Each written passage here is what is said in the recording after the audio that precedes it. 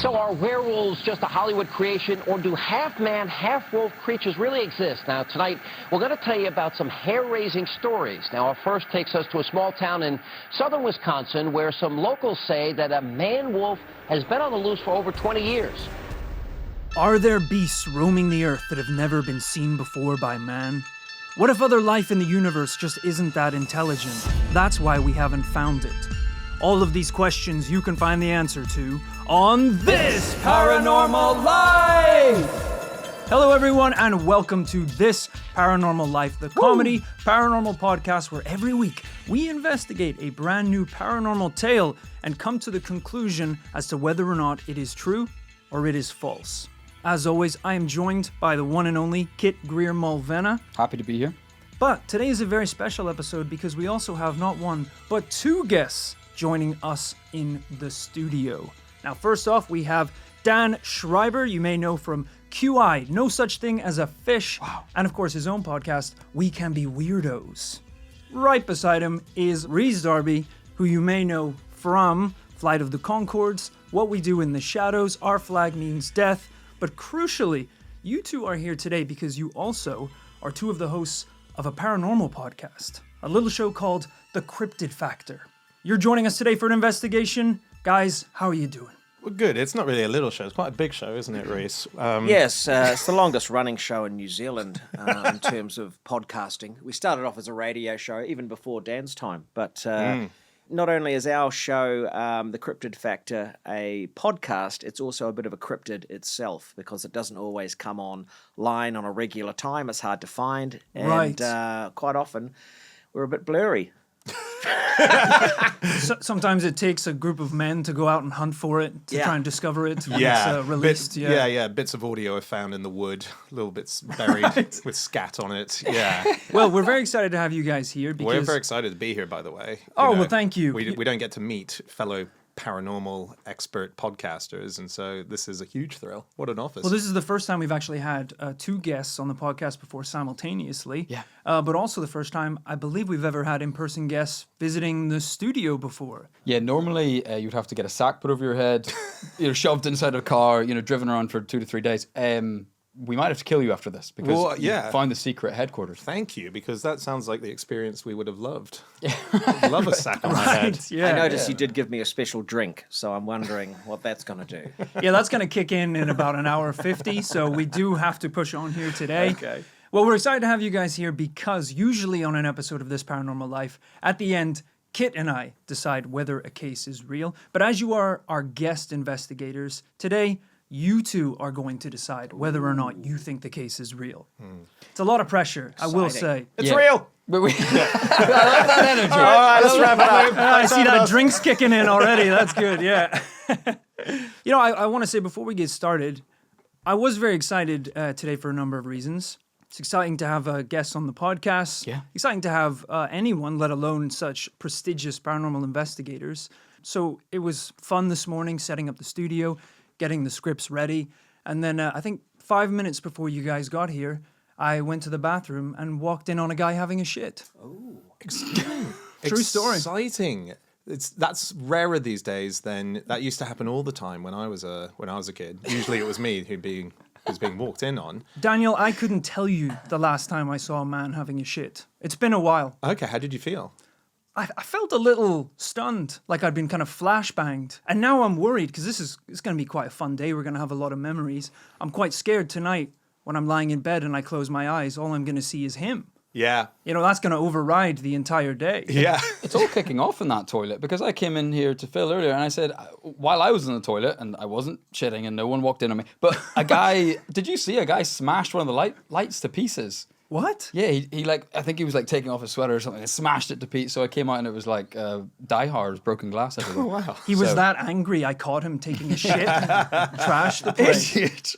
I said I'd never do it again. One of my favourite memories from when I lived in Australia, I left at 18, and so we used to go into bars and clubs as 17-year-olds and sneak in. So I have a lot of memories of kind of those nights because they were so kind of dangerous in theory. And I remember being in a bathroom and there was a guy clearly in the cubicle, doors shut, and we're all at the urinals. And this kind of slightly weird dude walked in and he pushed the door open and he walked into the cubicle and I could just see him staring clearly at someone who was on the toilet, and there was just a silence between them.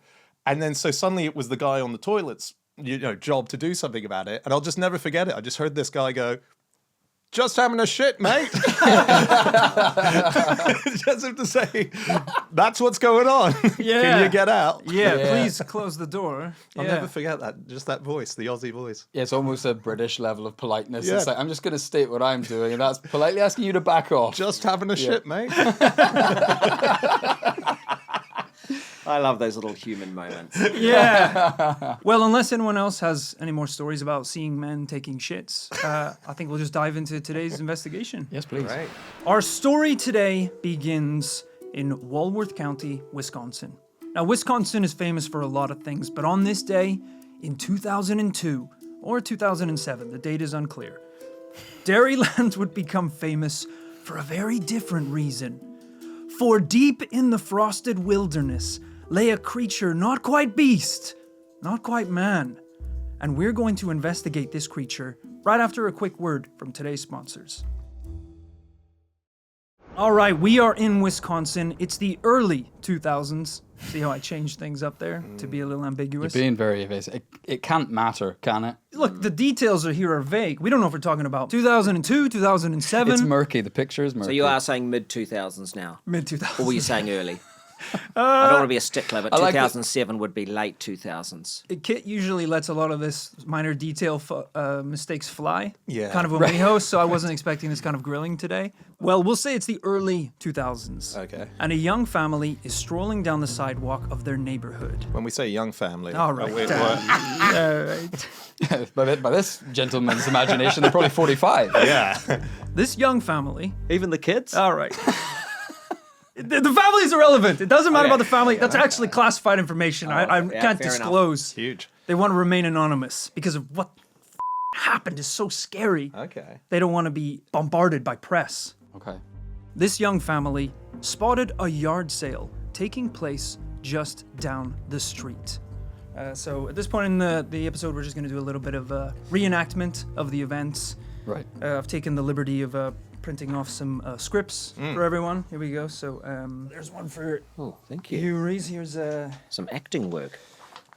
let's see, is this To check with my agent, Dan? actually. Here you go. There's Dan's. Yep. Dramatization is a big part of the show because And, we really find it brings the story to life for the listener in a way that you Right. don't often get in the world of podcasting. Well, this is pretty exciting because you guys might not know this, but I'm sort of known for my acting. So Really? yeah, Rhys is No shit. Always learning. Wait, because we look up to you guys as paranormal investigators, but y'all are saying you've been behind the camera before or in front of the camera? Unfortunately, he has been in front of the camera, yeah. Yeah. I mean, he's known for his acting, not in a positive way. Yeah. yeah. But we'll see how, you might have progressed. Well, let's over the see. years. Yeah. Rory, what the am I looking at the start here? The Beast of Bray Road, written by Rory Powers, copyright 2024. This Yeah. is.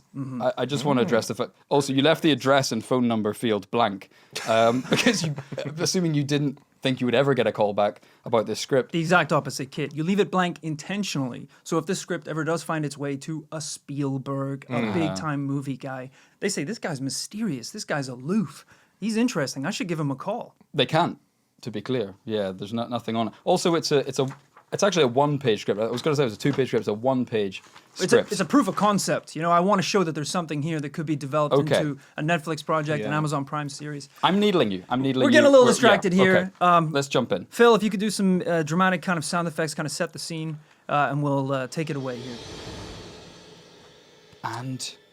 And scene, and go. I don't know. You don't What's know the, anything about directing. Right. The word's action. Sorry, action. Thank you, Rhys. Thank you, Rhys. I think this guy's been on set before. This is interesting. And action. Hey. Is that Rory? Sorry. Cut! Let's do that again from the top. Yeah. Yeah, reset. The first word was good, though. I will say that. It was good. The Almost energy too good. I was think there. it was Too good, Yeah, that was the issue. Okay. I'm sorry, that was unprofessional. Let's No, take it from the that's top. fine. Hey. Is that a yard sale? I think it is. Wow, I haven't been to one of those in ages. I think we should go. Sorry. Cut, Sorry. cut, Sorry. cut. Kit, we're with some A-listers here. We're trying to be professional. So if you Yeah. could just... You guys were great. Sorry, you guys were great. Thank you. I'll take that criticism because I should have read it through to realize that there was a massive typo. So it says, I think we should go. So There's no typos in the Presumably, script. Where's the typo? Where's the There's typo? no typos. sorry, my bad. I should have read it. All right, let's take that Let's from the start top. it from okay, the top. let's go. Let's go. I'll just run the line. There's no problems with the those script. Those guys killed it. So We I don't- can I go don't think we need again. to- I'm still, okay. I'm still okay. finding We'll the just go character. from you this. know? All right, let's go. Can I just have a quick break? Okay, yeah. Sorry, yeah. Reese needs a 5. Everyone, Reese Yeah. needs a 5. Can we We're get some just gonna- seaweed fins in here? All right. I just want to say we are we haven't even gotten close to the thing we're investigating today. So. Okay, We should go. We should The move. yard sale is so irrelevant in the full story here. Okay, and action. Hey, is that a yard sale? I think it is. Wow, I haven't been to one of those in ages. I think we should go check it out. What? Cut! What Jesus is your Christ. script? Kid, Sorry? I will give your line to Reese. I swear to God, if you do not nail this. These must be that I have to see you. This is no, because am I having a stroke? Someone has to look at my script and Yeah, you know what? Actually, Kit, you're out. Reese, if you could Yeah. just double your line, that would be fantastic. Two different characters? Yes. Okay. So Dan from the top. Hey, is that a yard sale? I think it is. Wow, I haven't been to one of those in ages. Well, I think we should go check it out. In the end, this young family only ended up buying one thing, and that was an old box of miscellaneous junk. You know, the kind you find filled with old wires, a tape player, Pokemon cards. But right at the bottom of this box was an unlabeled tape. Now, curious to see what was on it, they hooked up an old tape player and began to watch. As the tape played, they quickly realized that what they were watching was an old home video. The footage on the tape was ancient. It looked like it was shot with 8mm film, implying it must have been taken sometime in the 70s. There was a shot of someone riding through the woods on a snowmobile, a shot of a man chopping wood, fixing a car. There's a cute dog wandering around. But then the video takes a turn. The footage starts to show long, empty shots of the woods, as if the cameraman is scanning for something. It goes back and forth from the family to the woods, until the footage holds on one shot in particular of the forest, where between the twisted trees, something can be seen staring back. I have that footage from the tape, and we are going to watch it right now on the podcast. Wow. Now I will say Rory is obviously getting out something very special today because we rarely have any evidence, let alone video evidence, on the podcast. I'm excited. Yeah. We usually don't know what year it is. And we still don't. All right, feast your eyes on this. Yeah.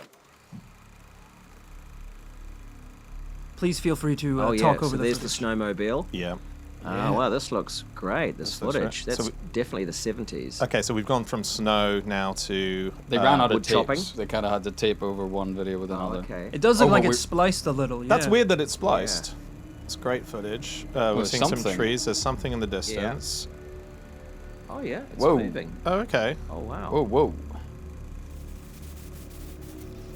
That's good. And now the guy's running. Sort of. Just That's turned it. around.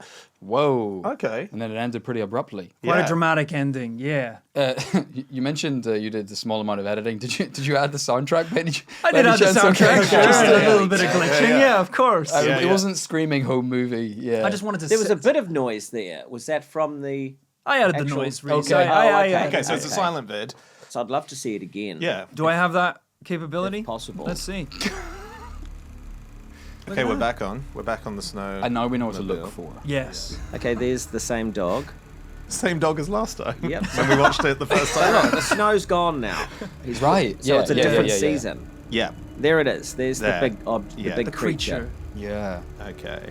Now it's a- At first you think it's a bear. Oh yeah, I see what you're saying. It's yeah, got yeah. it's got gorilla movement. Can we pause when we get to the? Very good question, Dan. Because you may have noticed a few little chaotic frames right at the end there. You break it down. These are 2 of the final frames. Whoa! Holy Get out moly! Of town. That's a ferocious-looking mouth with teeth, and massive canine teeth, and a tongue, and okay. Yeah, Are you sure? I thought Pretty dramatic. I thought those last frames were just the camera being smashed to bits in general, Yeah. but no, there actually something was captured. I do like the fact that at one point in the video they show a dog just so we know what a dog looks like, so that we don't later claim that the thing at the end was a dog. And it's the same dog every time. So the movement, I agree, it's sort of silverback movement, but it's also, you know that footage that turned out to be fake footage of the skier who's got the headphones in and doesn't realize that there's a bear chasing? That's fake? Yeah, it was an ad.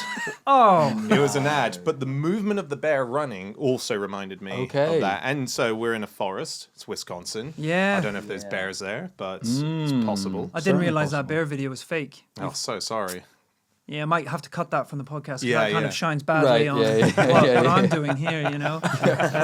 You're like, if this skier could have been got, I mean, anything could happen in Wisconsin. Yeah, I'm just deleting slides now because I was going to show you the bear video. But...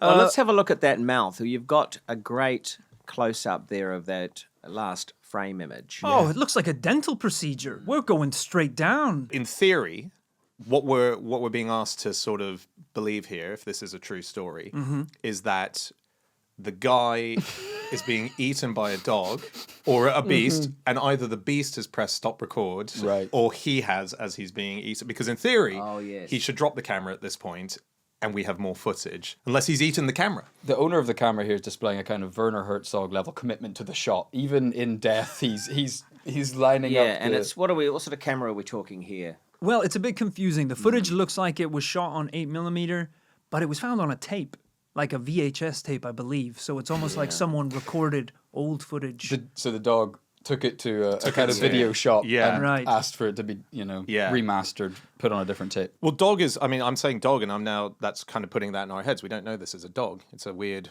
gorilla. Well, it's not the same dog as that was earlier in the tapes. No. Is that what you're thinking? Well, no, I'm thinking this is whatever that gorilla thing was. Although I will say, the beast goes out of view, and then this guy's mauled to death by something. It could have been the dog. Okay, so, new theory. The beast is just having a good old peaceful look. Yeah. Oh, look, there's a human there. Sees the rabid dog now heading towards the owner. Rory's redacting the evidence. I seem to have lost laptop has control been of closed. the case, yeah. But the beast is running to save the guy. Yes. He's going, Jesus, that dog's going wild on you. Right, like the man in Australia, I believe, who punched the kangaroo to save his dog. That's right. Don't tell me that's fake, Dan. I don't know that story. I think it was two women. didn't- No, that was she punched a crocodile. Wow. I That's redact. cool. Was there a reason, or was she just angry? Well, she's saving her friend. Saving the Yeah, friend. so Good she- reason. Crocodile attack, and her friend punched the crocodile, and it went away, and they were on the news. So it's like a shark you hit cool. on the nose. Is that the Yeah. thing? You have to be bloody good friends, wouldn't you? If you were in a crocodile's jaws, I think I would just let him have you. That's the thing. It's Yeah, like, yeah. would you punch a croc for your mate? Yeah. Yeah. I would. Like parents, Depending yeah. on who it Siblings, was. sure. Obviously, you, Dan. Oh, thank you. Yeah. Yeah. My kids are too young at the moment for me to risk any of my own life, so I think I'd have to watch you go. Yeah. No, I understand that. Yeah. I'm ready to go. Put me in the croc. Put me in the croc and don't punch him. Years ago on QI, we did this thing, which might be common knowledge now, but I didn't know it, which is a crocodile's slam of its jaws is so strong that it's like, it's got one of those, like, it's stronger than a billion punches or whatever, but its lift is incredibly weak.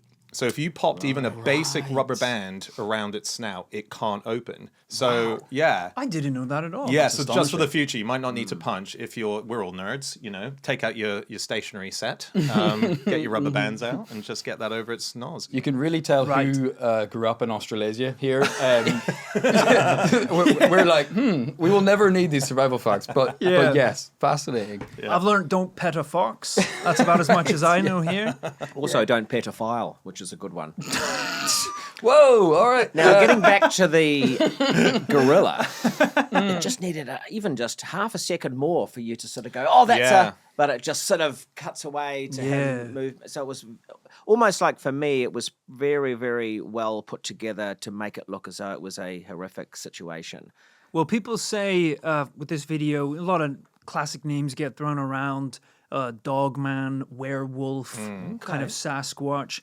Are these any cryptids that you've looked into or investigated yourselves?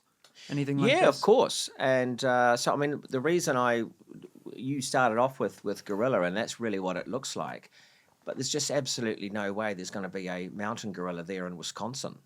Right. Yeah. Unless it's No, unless there's a zoo situation nearby and a zoo escape or something. We did. Well, Rhys, let me surprise you there because I only have one paranormal story that's ever happened in my life.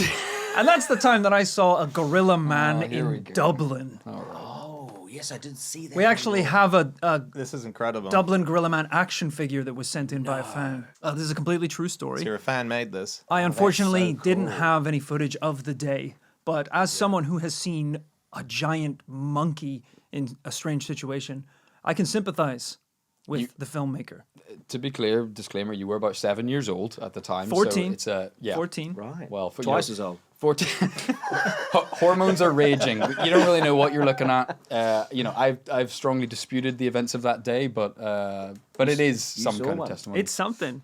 Well, what we are talking about today is often referred to as the Beast of Bray Road. It's a creature that has stalked the streets of Elkhorn, Wisconsin for over 100 years.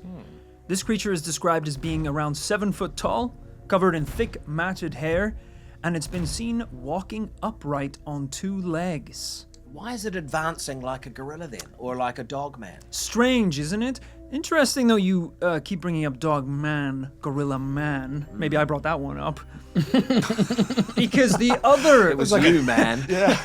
Interesting, you say gorilla man, Rhys. I've never said that. What a Darren Brown slide of the...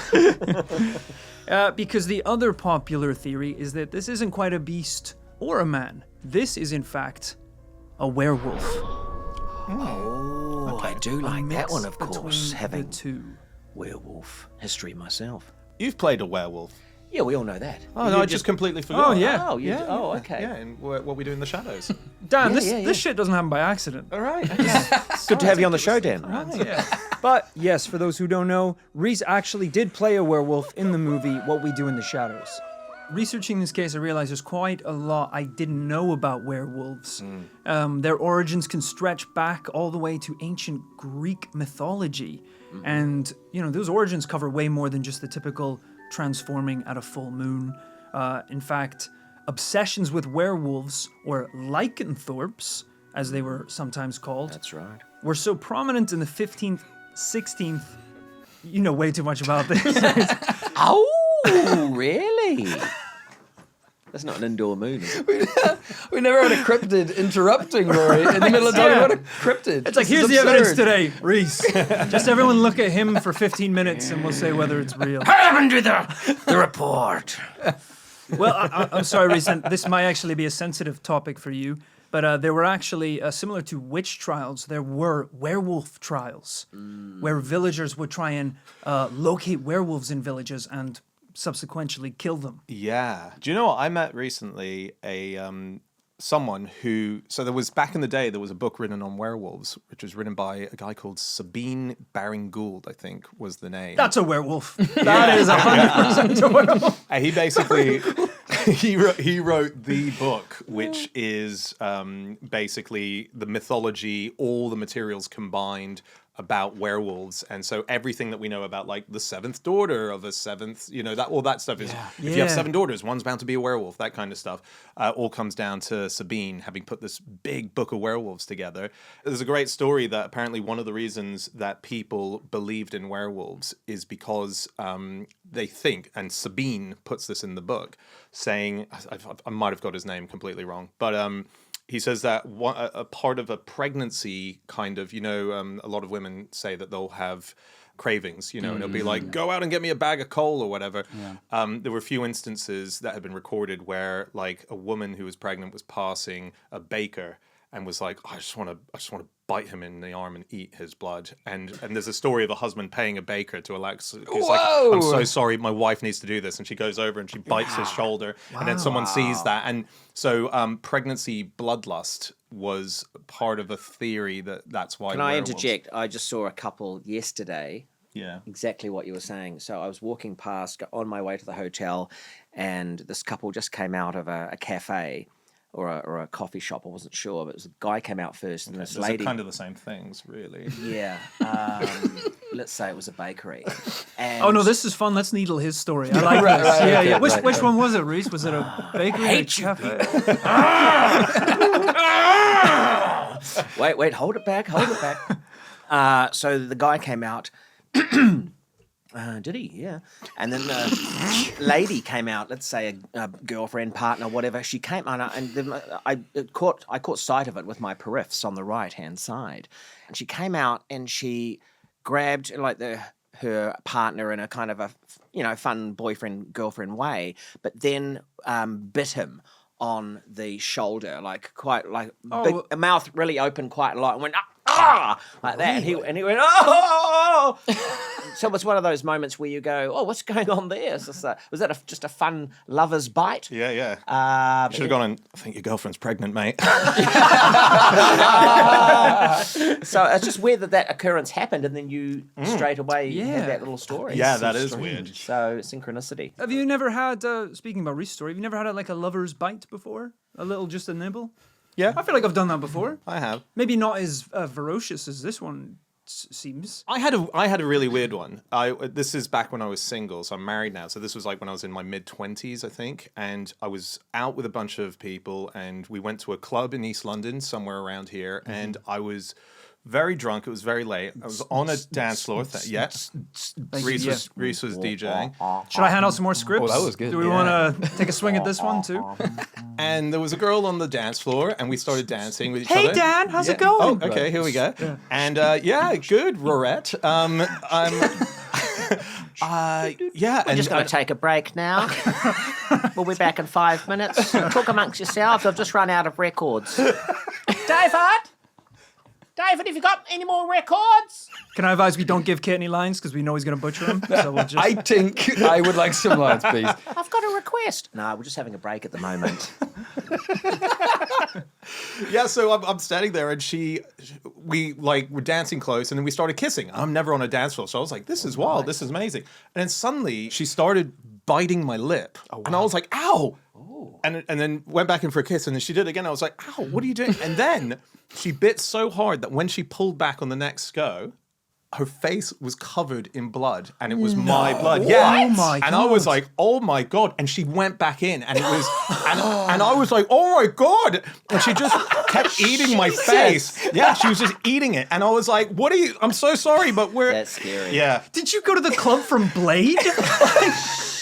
Where is this nightclub full of vampires? It's around here somewhere. I can't remember.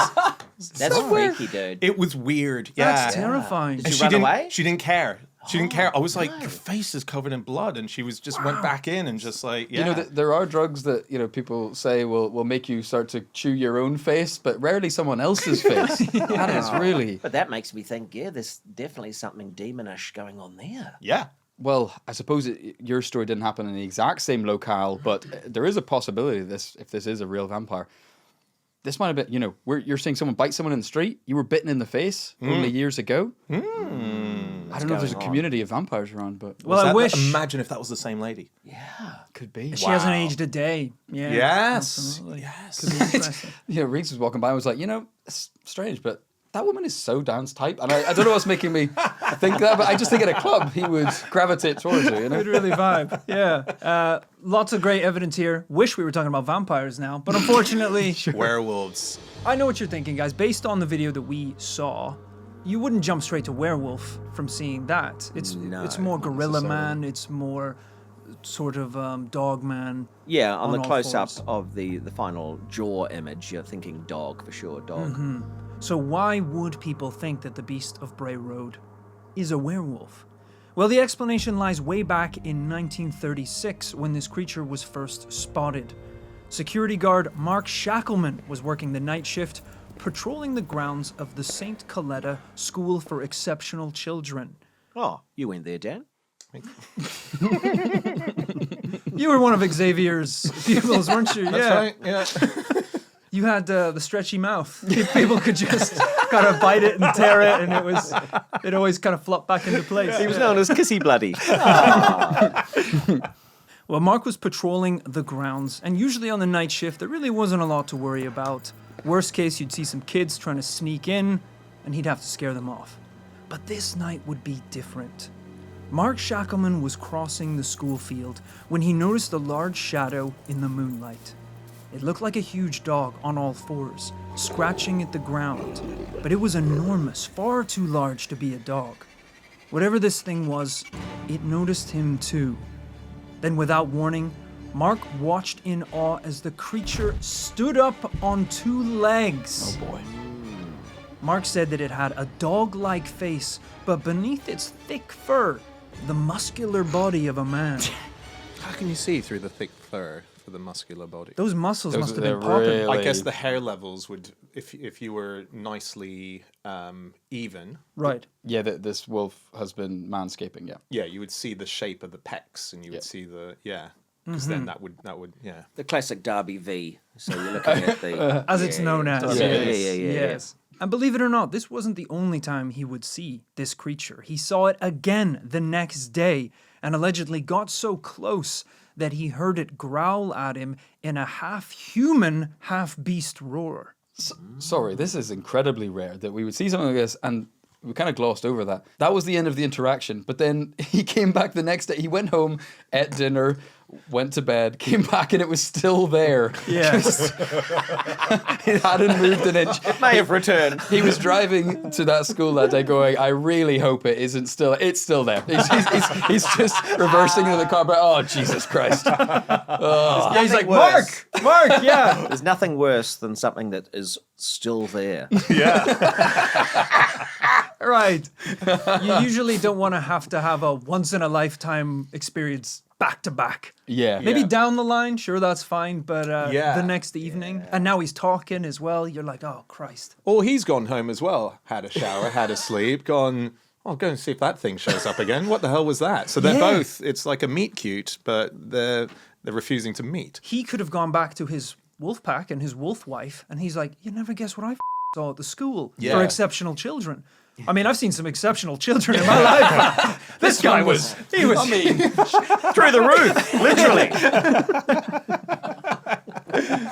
Shackle man. I wonder what his power is.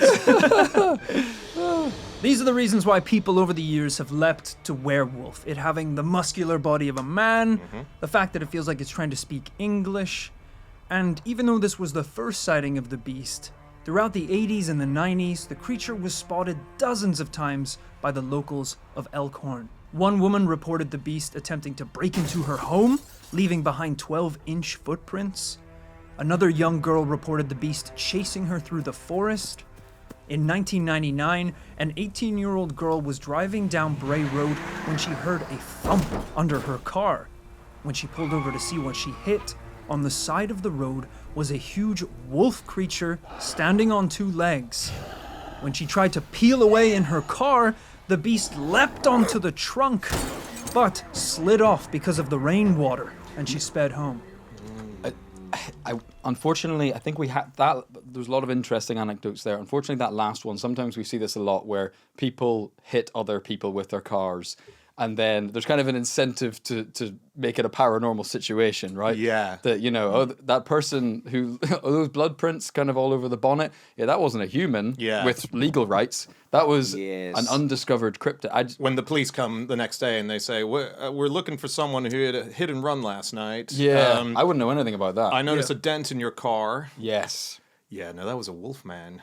Yeah. Fair enough. Sorry for bothering you. You guys should get on that shit. You should be on the hunt, just quietly, and let me go. I've got to go to work. I remember the time I hit 12 little bumps as I was speeding right past the school for exceptional children. And obviously I must have encountered some sort of paranormal beast that kind of got up in the car's motors. Yeah. So, and it kind of, I think it was sort of like it did like mimicry. So it was like simulating the cries of the young to kind of make me sympathize for the creature. Right. That's what I do. But you can't even look back unless you're reversing to make sure you got it. Right. Which is what I did. Yes, they do say that cryptids hang out near school crossings. The What is this school, by the way? I don't know. It's really never mentioned. I mean, this case is taking place, what did I say, 1936? 1936. oh wow, yeah, So- Jesus. Depending on how exceptional these children are, I think they're mostly dead. Because I read a Stephen King book recently called The Institute, which was kind of that. It was a school of gifted children who had abilities of psychic abilities and so on. Don't know. That's a weird curveball. I've never heard of a school like that. They still exist. I have a school down the road from where I live, which is for kids who are 2E, twice exceptional. So it's a thing. Oh, really? Yeah. So a lot of kids. One of Buttons' kids is exceptional, twice exceptional. So Really? it's really you're amazing at two things, I think. Minimum. Right. Minimum. Cups and juggling. Yeah. Come on in. It's got to be more than one, I think. Yes. Yeah. Otherwise, I Okay. mean, we're all good at one thing. I would love to know how high this goes. Is there a 3E school? 4 E's? Yeah, we wouldn't know anything about this. We went to a convent. We went to a 1U, which is unremarkable for just kind of regular children with no visible talents. No essentially. E. Oh, no E school. No E, yeah. Because they'll let anyone in, no exception. Yeah. That's it. Yeah. I also don't want to railroad us into something else, but you did mention the kind of the muscular figure of this beast, and it probably should be said. It is, I think, as a paranormal investigator, an unfortunate side effect of kind of the werewolf phenomena and popularization. Let's face it, Twilight and so on. That people are pretty horny for werewolves these days. I don't know. You if should it's see the furries. emails I get. The DMs. Oh my The god. Rhys, have you Show us got the a... Darby V. I mean, come on. I know whenever I've been researching werewolves before, you get about 3 images down, it starts descending into furry, deviant art type Right. imagery.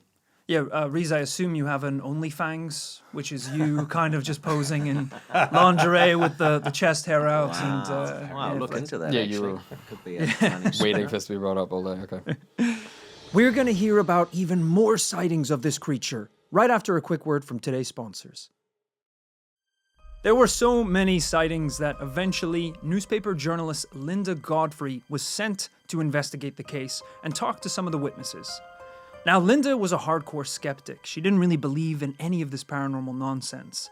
But to give you an idea of how quickly her views changed, in 2003, she wrote an entire book about the creture. An entire book, not even just a quarter of one. Not even a pamphlet. You know what? I'm going to finish it. That's how determined I am. My last 13 books I never quite got through. But blow it, I'm going to finish this one. Yeah. What was it called? I finished the prologue, but I just think there's not that much in it, actually. I think that's it. Yeah. I'll leave it there, thanks. I was going to stop at the blurb, but I'm really feeling this. I think the book was called just The Beast of Bray Road. Okay. But I assume people didn't really believe what she was saying in that book because only a few years later she released a second book titled I Know What I Saw. Yeah. A lot of criticism, a lot of blowback to the first book. Kind of a response to, No wonder she doesn't finish them. If you can hear that. And then the next Reviews. book was, look, you should be just happy I'm completing my books. That's the trilogy. And then inevitably an ebook called Listen Up. Now let's face it, guys, we've all been in the cryptid hunting game for a while. It's easy to talk about legends, tell old stories, but at the end of the day, what we really need is hardcore evidence. And seeing as the video that I showed you at the start is essentially confirmed to be a hoax, what we I'm sorry. really need... Yeah, we're just going to breeze over that real Okay. quickly. Okay, right. Unfortunately, I found out as late as you guys are finding out right now. I think I wrote this entire script, and I was like, oh, I need a source for the video. It's a hoax. All right, Okay. fantastic. Well, I think that I didn't want to say it earlier, but I do sometimes get a bit more skeptical when a video like that with an ending like that comes up. So when we talk about the Dublin Gorilla Man, like one great thing is that you don't have any video of it, and that can live in our heads a bit more, right? It's more real. But the story kind of slightly got a bit weird for me when I saw the video because I just thought, okay, well that's a hoax, isn't it? Yes. So I'm glad you're acknowledging it's a hoax because now I can knock that out. I can also point out that I did sort of draw to people's attention that I thought it was a hoax earlier on. Did you? Yeah, if we rewind the tapes. Can we do that?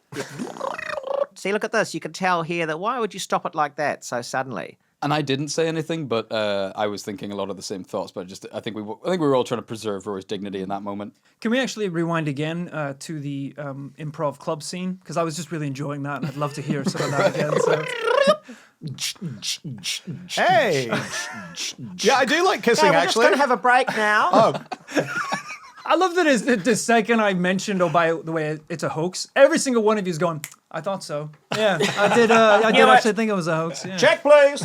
Man. Hey, actually, just back to that dance scene and the Yeah. fact OnlyFans and stuff. I remember in my single days, it was an early day of internet dating and Tinder and stuff like that, and I signed up to a paranormal dating app. way. Yeah, so Wow. you'd go on, and the whole idea was you would be matching with people who have very specific interests to what you have. So yeah.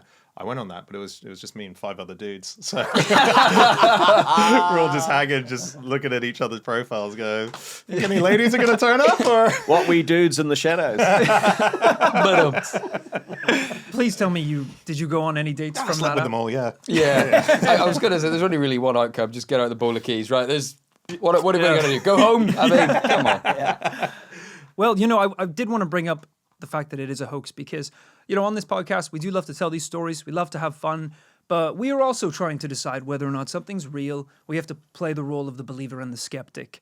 And this footage, actually, I think it was kind of mysterious and unconfirmed for quite a few number of years, which is why it's cemented so much in the legend of this creature. But I believe it was almost quite recently that the person who made it came out and told the whole story about how they faked it. Okay. So it is quite linked with had the a good legend. run. Yeah, it did. It had a very good run. I know I've disappointed you a little bit with the first piece of evidence, but don't worry. I have exactly what you need to push this case over into a double yes today. Because on January 27th, 2018, Danny Morgan of Menomonee Falls, Wisconsin, sent an email to the paranormal website Wisconsin Frights to report something that he witnessed driving home late at night. The email said, "Hey, I took this photo Saturday night in Elkhorn, north of Lake Geneva, after hitting a couple of bars with my buddy." Probably shouldn't have put that bit in. "I told my brother that I saw a wolf run across the road on its hind legs.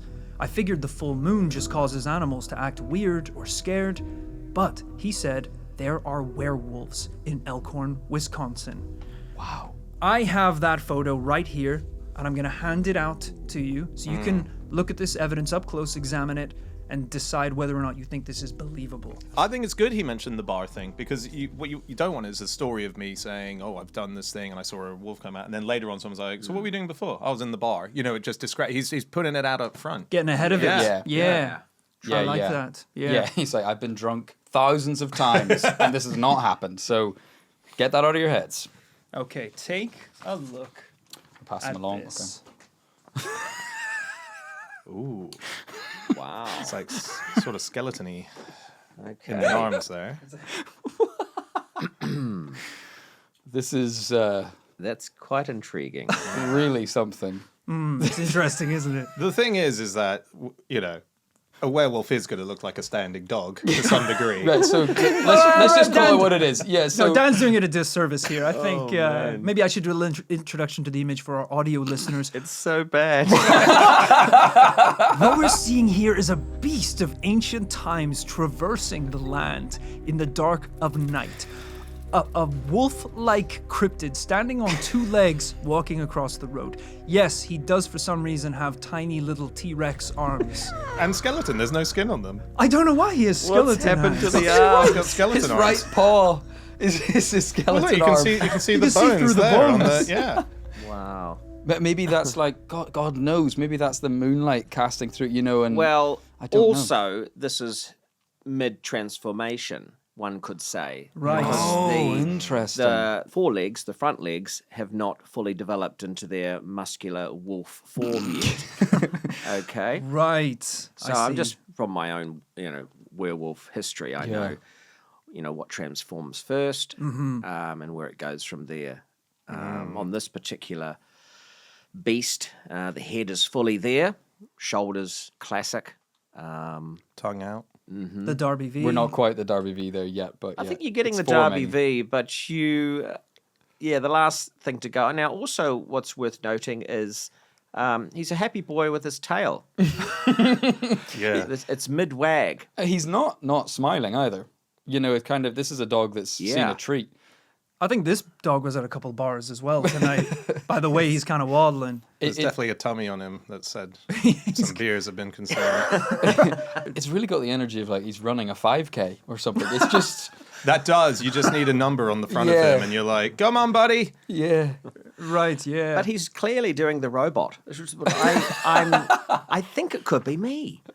Is that you? I'll be honest, this wasn't exactly how this evidence is panning out. I was hoping it was going to be a little bit more convincing. I thought you guys were going to just be, well, there we have it.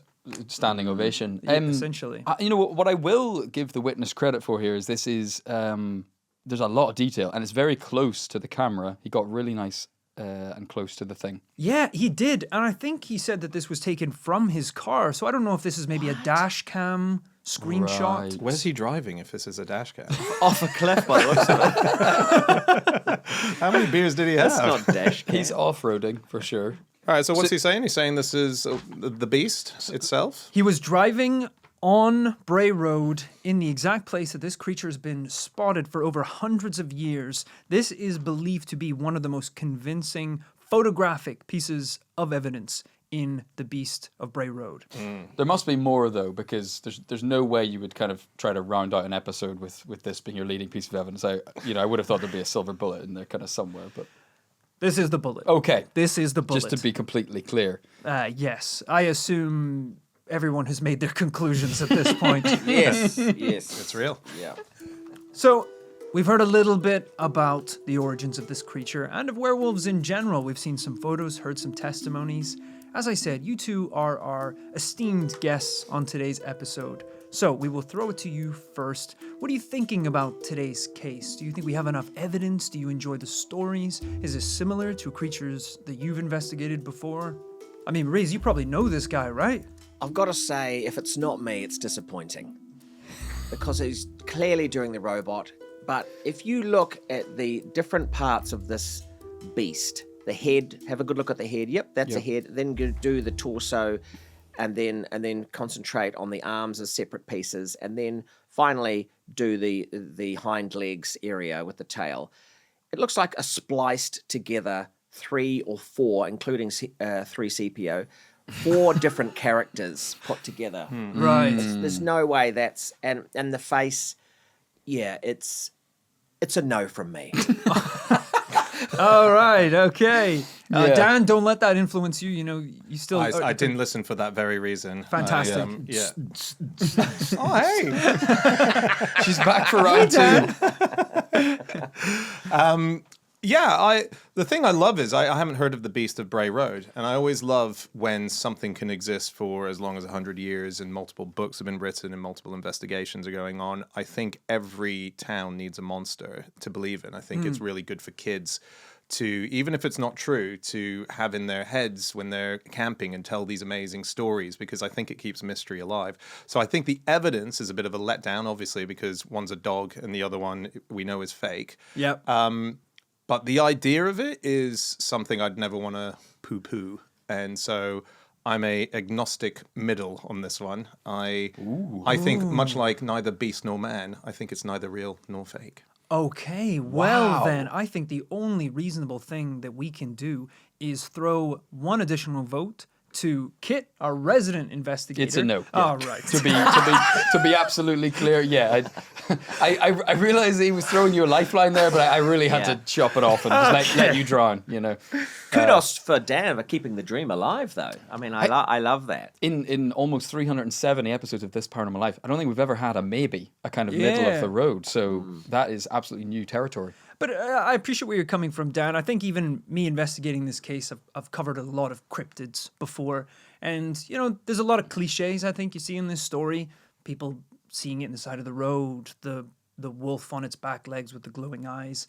But there's quite a few, maybe because it's based in quite a small town, it's more part of their heritage and their folklore. The stories are more interesting.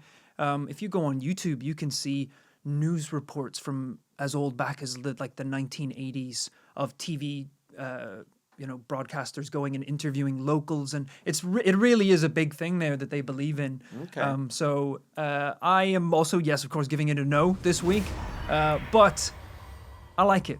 I like it a lot. Unfortunately, yes, this photo does look like something that Sid from Toy Story would create in his bedroom. Unfortunately, kind of just a mishmash of demonic creatures and robots. I would love to go there, and I would love to do further investigations. I would like to see more evidence. We've been a little light this episode. One video that was clearly fake but fun, and a sort of photocopied thing there that, doesn't get you. It's once again funny, but I don't want to belittle the town, and I love towns that have beasts, like you're saying, Dan.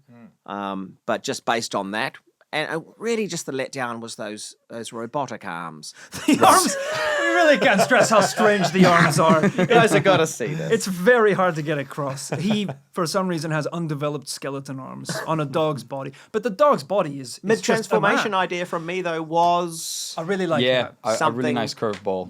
I like the idea that mid-transformation goes all the way to skeleton and then into the next Well, it thing. has to, because the skeleton has to change its form. Yes, yeah. Exactly. Okay. So could we be looking at some sort of, is this maybe a hybrid where a leprechaun was bitten by a werewolf? Brother, we all said no. You gotta stop. You gotta stop digging I'm for on the fence. you really took the maybe and thought you could bump him up, but no, it's not happening. I think the real question is, who was this person who bit my face, enjoyed it, and then who was this lady that you saw biting a man, and is it the same person? I think for me, that's all I'm thinking about. And the fact that they are at large, this is not 2000 early to mid 2000s. That is yesterday. That's yesterday. That's Very, quite very recent. terrifying. Yeah, we may actually have to do a bit of on-location investigating as soon as we wrap here. We've got some hunting tools here. We've got some dowsing rods, an EMF reader. Maybe just grab a couple crucifixes. Crucify? Don't know what the plural is. I think if we're thinking about laying a bait for this person, I think we get a large cardboard cutout of Dan. Oh, yeah. We got the real thing here. I think we just, Jurassic near a Park bakery. style, Yeah. just put you on kind of a platter and we watch from a van with goggles. Well, you know what I'm doing, don't you? From the distance. To trigger. That's how we draw her back in. We should have one of those £1 for a kissing booths, and I'll just sit there and we'll wait. I'll make sure I've got more records. Yeah, so For a kiss. just 5 dudes in the line. Oh no, it's the dudes from the paranormal dating site. Oh God, hi guys. We're going in. Can't believe we got ghosted, even though it's thematically on point. It just is disappointing. Rhys, Dan, thank you so much for joining us for this thank week's you so investigation. much. Thank you for having My us. God. This was such a joy. Yes, if you haven't already, do listen to the Cryptid Factor. Thank Do you want to tell us a little bit about what people can expect if they tune in? Similar stuff. Our first segment every week is Weekly World Weird News. So we take in news stories that are bizarre from around the world, and we do a headline off, and then we get into those stories, and then we get into cryptid stuff in the second half of the show. And so it encompasses the entire world of the bizarre. Just we try to stay away from ghosts. That's just a good rule in general. Try and stay away from ghosts. In our spare time, we try and stay away from We get interesting Experts, people on. We have interviews with scientists. It's science based, we believe in science. So, but we really have fun with the mystery of the world. Right. And the show is so kind of loose and fun and wacky. You would actually kind of on first listen, if someone's tuning in for the first time, they might assume that this is really flippant about the paranormal, but it's actually not. And whenever you guys bring stories to the table, you get quite into it and have up to date new sightings of cryptids and things. I mean, the level of quality and evidence is arguably parallel to what we've seen today. Right. Sure. Sort of. I'm trying to remain very quiet about how this is the most evidence we've had in weeks. Let's try and keep that under wraps. I love it. But we had a great thing recently, because we've got to a place now where we've made so many friends who are out there in the world doing this, actually looking in the front lines, and we were able to help put a bit of evidence out into the world via a guy called Steve Feltham and a lady called Chi Kelly, who took a photo of something that was mysteriously coming out of Loch Ness, and Steve, who's a Loch Ness monster hunter, said, I think in the 30 odd years I've been here, this is the best evidence I've seen of a surface level sighting. Wow. And he's so pragmatic about it. He's not someone who'll just believe anything. He really says no to a lot of stuff, and he basically said, I think this is it. And it was released into the papers as just 3 images, because she just kept the 3 best images.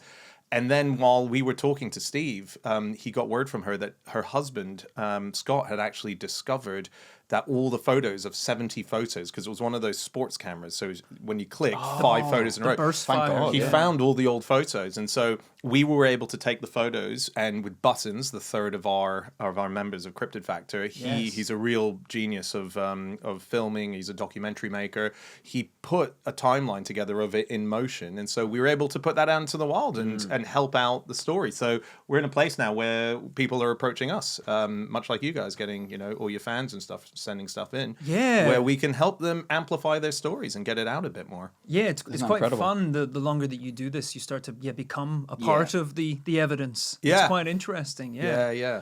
Yeah, we started off just completely ripping it to shit, and then at some point you are just the last person standing. You care the most about it. Out of anybody. Yeah, you either, what do they say? You either are the investigator or you live long enough to be the witness in the paranormal case. Until you eventually get investigated yourself.